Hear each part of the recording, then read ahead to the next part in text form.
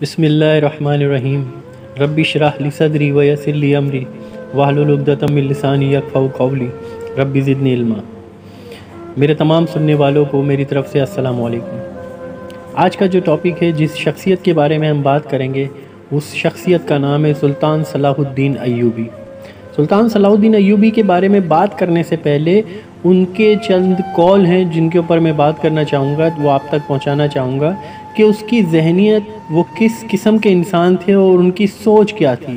سلطان اپنے قول میں فرماتے ہیں، جس قوم کے نوجوان بیدار ہو جائیں، کیا کہتے ہیں؟ جس قوم کے نوجوان بیدار ہو جائیں اس قوم کو کوئی شکست نہیں دے سکتا۔ سلطان دوسری جگہ فرماتے ہیں کہ اسلام تلوار کے زور سے پھیلایا تھا یا نہیں، لیکن اسلام کے تحفظ کے لیے تلوار کو ضروری سمجھتا ہوں۔ ایک اور جگہ سلطان کہتے ہیں کہ اگر کسی قوم کو بغیر جنگ کے شکست دینی ہو تو اس قوم کے نوجوانوں میں فحاشی کو پھیلا دو۔ یہ تمام چیزیں آپ دیکھ سکتے ہیں کہ ہمارے ہاں آج کے دور میں آ چکی ہیں اور یہ ہم میں بڑھتی جا رہی ہیں۔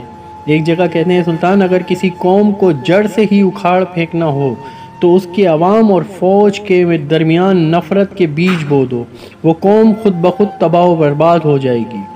سلطان کا ایک بہت ہی مشہور قول ہے کہ شیر کو کوئی فرق نہیں پڑتا کہ ایک گیدڑ کیا سوچتا ہے۔ یہ ہمارے لیے اور ہماری قوم کے لیے سب سے بہترین ہے کہ آج بھی انڈیا ہم پر بھونکتا رہتا ہے لیکن ہمیں کوئی فرق نہیں پڑتا۔ کیا کہتے ہیں کہ شیر کو کوئی فرق نہیں پڑتا کہ گیدڑ کیا سوچتا ہے، لیکن ایک اور قول جہاں انہوں نے تمام لوگوں کو جھنجھوڑ کر رکھ دیا، وہ کہتے ہیں کہ جہاں روٹی مزدور کی تنخواہ سے مہنگی ہو جائے، جہاں روٹی مزدور کی تنخواہ سے مہنگی ہو جائے وہاں دو چیزیں سستی ہو جاتی ہیں، ایک عورت کی عزت اور دوسری مرد کی غیرت۔ اس کے علاوہ سلطان نے کہا کہ حکمران جب اپنی جان کی حفاظت کو ترجیح دینے لگے تو وہ ملک و قوم کی آبرو کی حفاظت کے قابل نہیں رہتے۔ یہ سلطان کے چند قول تھے جو میں نے آپ کے ساتھ شیئر کیے۔ سلطان کی زندگی کے بارے میں تھوڑا سا، مطلب وہ تو ایک بہت بڑے فاتح ہیں، وہ بہت بڑا نام ہے سلطان صلاح الدین ایوبی۔ اگر ان کو ڈسکس کرنے جائیں گے تو ہمیں کافی ایپیسوڈ بنانے پڑ جائیں گے، لیکن سلطان کے لیے تھوڑے سے ہم چیزیں بتاتے ہیں کہ سلطان صلاح الدین یوسف بن ایوب ایوبی سلطنت کے بانی تھے۔ وہ نہ صرف تاریخ اسلام بلکہ تاریخ عالم کے مشہور ترین فاتحین و حکمران میں سے ایک ہیں۔ وہ 1138 میں موجودہ عراق کے شہر تکریت میں پیدا ہوئے۔ ان کی زیر قیادت ایوبی سلطنت نے مصر، شام، یمن، عراق، حجاز اور دیار بارکر پر حکومت کی۔ صلاح الدین ایوبی کی بہادری، فیاضی، حسن سلوک، حسن سخاوت اور بردباری کے باعث نہ صرف مسلمان بلکہ عیسائی بھی عزت کی نگاہ سے دیکھتے تھے۔ سلطان صلاح الدین کو فاتح بیت المقدس کہا جاتا ہے، جنہوں نے 1187 میں یورپ کو متحدہ افواج کو عبرتناک شکست دے کر بیت المقدس ان سے آزاد کرایا۔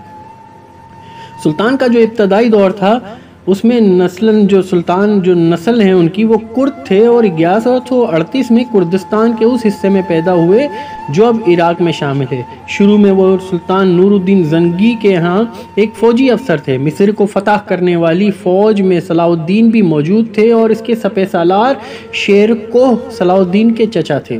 مصر فتح ہو جانے کے بعد صلاح الدین کو 564 ہجری میں مصر کا حاکم مقرر کر دیا گیا۔ اس زمانے میں یعنی 569 ہجری میں انہوں نے یمن بھی فتح کر لیا۔ نور الدین زنگی کے انتقال کے بعد صلاح الدین حکمرانی پر قابض ہو گئے۔ صلاح الدین اپنے کارناموں میں نور الدین پر بھی بازی لے گئے۔ اس میں جہاد کا جذبہ کوٹ کوٹ کر بھرا ہوا تھا اور بیت المقدس کو فتح اس کی سب سے بڑی خواہش تھی۔ مصر کے بعد صلاح الدین نے 1182 تک شام، موصل، حلب وغیرہ فتح کر کے اپنی سلطنت میں شامل کر لیے۔ اس دوران صلیبی سردار رینالڈ کے 4 سالہ معاہدے صلاح ہو چکا تھا، جس کی روح سے دونوں ایک دوسرے کی مدد کرنے کے پابند تھے، لیکن یہ معاہدہ محض کاغذی اور رسمی تھا۔ صلیبی بدستور اپنی اشتعال انگیزیوں میں مصروف تھے اور مسلمان قافلوں کو برابر لوٹ رہے تھے۔ 1186 میں عیسائیوں کے ایک ایسے ہی حملے میں رینالڈ نے یہ جسارت کی کہ بہت سے دیگر عیسائی امراء کے ساتھ مدینہ منورہ پر حملہ کی غرض سے حجاز مقدس پر حملہ آور ہوا۔ صلاح الدین ایوبی نے ان کی سرگرمیوں کو روک تھام کے لیے اقدامات کیے اور فوراً رینالڈ کا تعاقب کرتے ہوئے حطین میں سے جا لیا۔ سلطان نے یہیں دشمن کے لشکر پہ ایک ایسا آتش گیر مادہ ڈلوایا جس سے زمین پر آگ بھڑک اٹھی۔ چنانچہ اس آتش گیر مادے کو 1837 کو حطین کے مقام پر تاریخ کی خوفناک ترین جنگ کا آغاز ہوا۔ اس جنگ کے نتیجے میں 30,000 عیسائی ہلاک ہوئے اور اتنے ہی قیدی بنا لیے گئے۔ رینالڈ گرفتار ہوا اور سلطان نے اپنے ہاتھ سے اس کا سر قلم کیا۔ اس جنگ کے بعد اسلامی افواج عیسائی علاقوں پر قابض ہو گئی۔